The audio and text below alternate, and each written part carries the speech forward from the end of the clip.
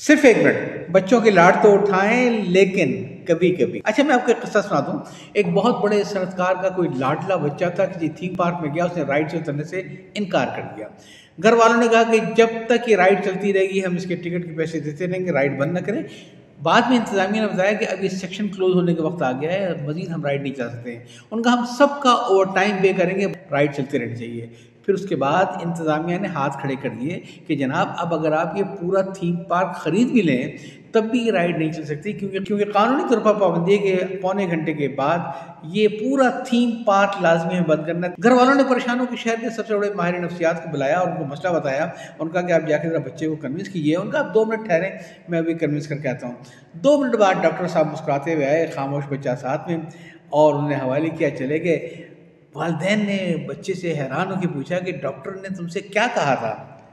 بچے نے غصے سے کہا ڈاکٹر انکل کا نام نہ لیں، بہت گندے آدمی تھے، میرے کان میں کہہ رہے تھے کہ نیچے اترو ورنہ گدی پر رکھ کے ایسا چاٹا ماروں گا کہ گردن کی فٹنگ الٹی ہو جائے گی۔ تو بھائی بچوں کے لاڈ اٹھائیں لیکن گدی پہ چاٹا چلے نہ ماریں، لیکن ان کو احساس دلاتے رہے کہ گدی پہ چانٹے مارے بھی آ سکتے ہیں۔